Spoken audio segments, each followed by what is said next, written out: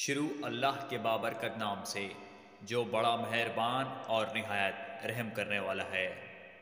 السلام علیکم ورحمۃ اللہ وبرکاتہ۔ آپ کا میزبان امین الحق خان آپ کی خدمت میں حاضر ہے۔ آج کی ویڈیو انتہائی اہمیت کی حامل ہے۔ کافی تصدیق کے بعد اور ریسرچ کے بعد یہ ویڈیو ہم نے آپ کے درمیان پیش کر رہے ہیں۔ میری آپ تمام سے درخواست ہے کہ اگر آپ نے ہمارے چینل کو سبسکرائب نہیں کرا تو برائے مہربانی چینل کو سبسکرائب کر دیں اور ویڈیو کو ہماری حوصلہ افزائی کے طور پر لائک کر دیا کریں۔ جزاک اللہ خیر۔ کرونا جیسی وبا اور دجالی فتنہ۔ جی ہاں ناظرین حضرات، جہاں کرونا جیسی وبا نے پوری دنیا کو اپنی لپیٹ میں لیا ہوا ہے، لاکھوں لوگ اس وبا کا شکار ہوئے، ہزاروں لوگ اس وبا کی زد میں آ کر اپنی جان کی بازی ہار گئے۔ کہا جائے تو ایک کشمکش میں ہر انسان مبتلا ہے، ہر انسان ذہنی طور پر پریشان ہے اور اپنے اللہ پاک سے دعا کر رہا ہے، یا اللہ پاک اس وبا سے ہماری جان چھڑا۔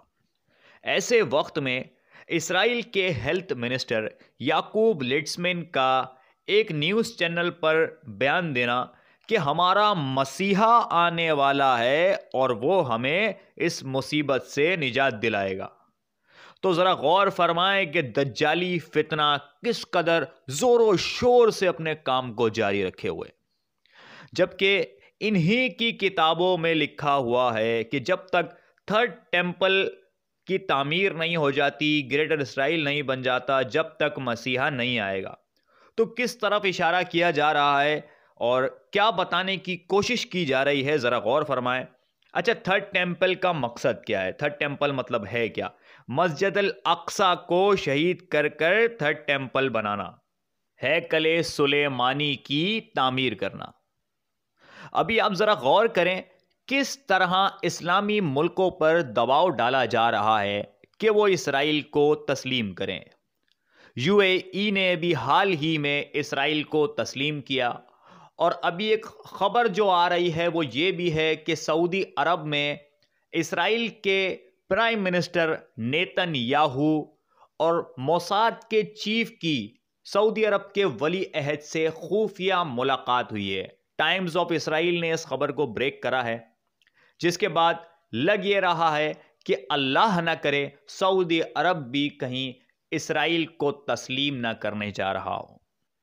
ساتھ ہی ساتھ پاکستان پر بھی دباؤ ڈالا جا رہا ہے کہ پاکستان اسرائیل کو تسلیم کرے، لیکن پاکستان کے وزیر اعظم جناب عمران خان صاحب نے بالکل واضح بیان دیا ہے کہ ہم اسرائیل کو کسی صورت تسلیم نہیں کریں گے۔ ناظرین حضرات، اسرائیل کا جو دارالخلافہ تھا وہ دارالخلافہ تل ابیب تھا، اور اب جو گریٹر اسرائیل کا دارالخلافہ ہے وہ یروشلم ہے۔ تو ذرا غور کریں کہ ان کے ناپاک عزائم کس قدر کھل کر بے نقاب ہو رہے ہیں، اور یہ کس قدر کھل کر سامنے آ رہے ہیں، اور اب ان کا نشانہ کس طرف ہے۔ ایک طرف دنیا جو ہے وہ ایک کرونا کی وبا سے لڑ رہی ہے یا متاثر ہوئی ہے، اور دوسری طرف یہ دجالی فتنہ کس قدر تیزی سے اپنی کوششیں جاری رکھے ہوئے۔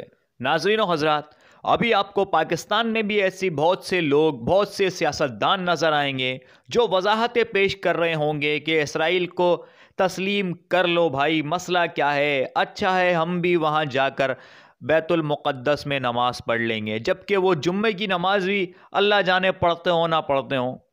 لہٰذا ان سب باتوں کو آپ کے درمیان رکھنے کا مقصد یہ ہے کہ اسرائیل کے لیے حمایت میں ووٹ دینا، اسرائیل کو تسلیم کرنا، بیت المقدس کو شہید کرنے کے لیے ووٹ دینے جیسا ہے۔ اس بات کو ذہن نشین کر لیں۔ ان سب باتوں کی جو کڑی ملتی ہے وہ یہی ہے، اسرائیل کے ہیلتھ منسٹر کا بیان، ان کے وزیروں کا بیان، یہ سب اس بات کی نشاندہی ہے۔ اللہ پاک ہمارے اور آپ کے ایمان کو سلامت رکھے، ہر طرح کے فتنے سے محفوظ رکھے، اپنے حفظ و امان میں رکھے۔ اللہ پاک پاکستان پر خاص نظر کرم اور رحم و کرم فرمائے۔ اسی کے ساتھ ہم آپ سے الوداع چاہتے ہیں۔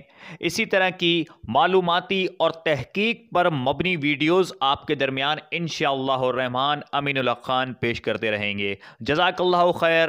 السلام علیکم ورحمۃ اللہ وبرکاتہ.